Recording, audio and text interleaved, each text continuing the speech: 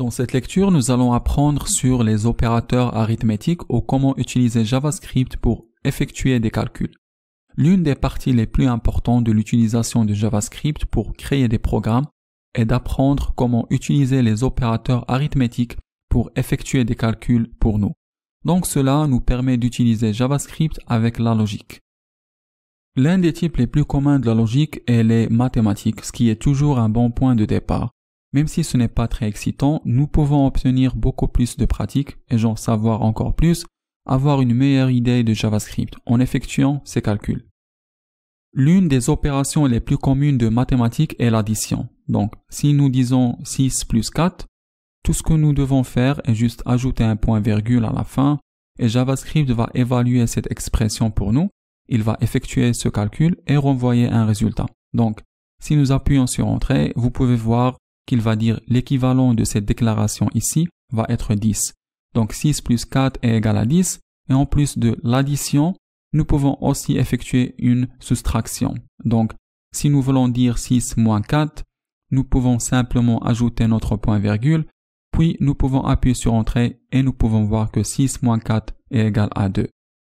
Si nous étions coincés avec des calculs simples comme ceci, il pourrait être difficile de voir comment cela est utile, car nous pouvons faire cela dans notre tête, mais une fois que nous aurons vraiment des calculs durs, c'est là où on va commencer à utiliser JavaScript pour faire ce genre de boulot pour nous. Donc, nous ne devons pas penser presque aussi dur.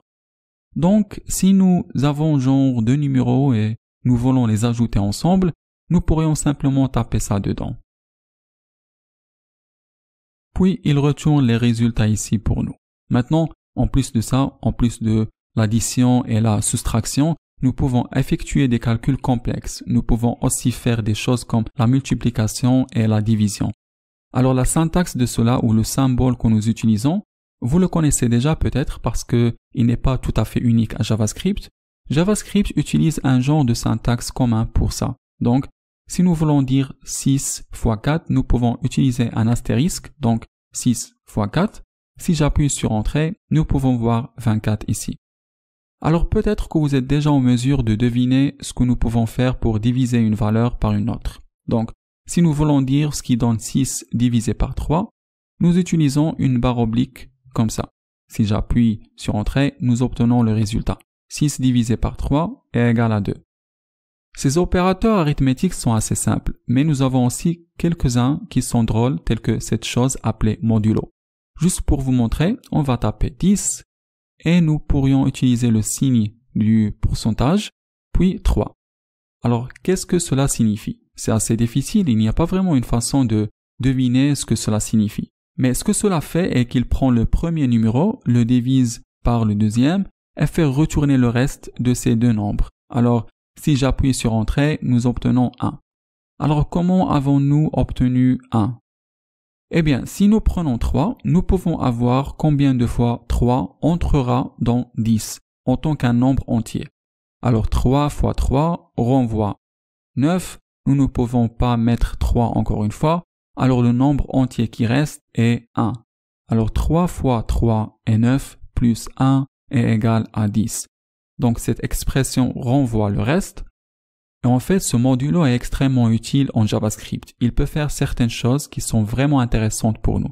Même si, à sa valeur faciale, il ne semble pas qu'il pourrait être super serviable. Une autre chose que nous avons besoin de retenir ou à penser quand nous utilisons les opérateurs arithmétiques, c'est l'ordre des opérations. Si vous avez pris des cours de mathématiques à l'école secondaire ou plus tôt, cela peut vous paraître familier. L'ordre des opérations nous aide à déterminer quand nous avons plusieurs opérateurs comme ceci, quelle circulation va être effectuée en premier. Donc, si nous avons quelque chose comme 40 moins 6 fois 4. Si vous prenez une seconde et genre pensez à ce sujet, pensez à quel résultat il peut renvoyer. Donc je vais juste prendre une seconde ici et puis je vais appuyer sur Entrée. Et vous pouvez voir 16. Donc si nous effectuons cela de gauche à droite, tout comme nous sommes habitués, nous aurions 40 moins 6, ce qui équivaut à 34, fois 4, qui n'est pas 16 évidemment. Donc, si vous ne vous souvenez pas de l'ordre des opérations, il a un ordre de priorité dans lequel ceux-ci vont être calculés. Multiplication et division vont toujours être effectués en premier. Alors nous obtenons 6 fois 4 égale à 24. Et puis, il va soustraire le résultat de cette 24 de 40. Alors, 40 moins 24 est égal à 16. Si nous voulons avoir cette première partie exécutée en premier, nous pouvons simplement utiliser des parenthèses pour dire à JavaScript ce que nous voulons être effectué en premier. Ce qui est juste comme dans la mathématique traditionnelle.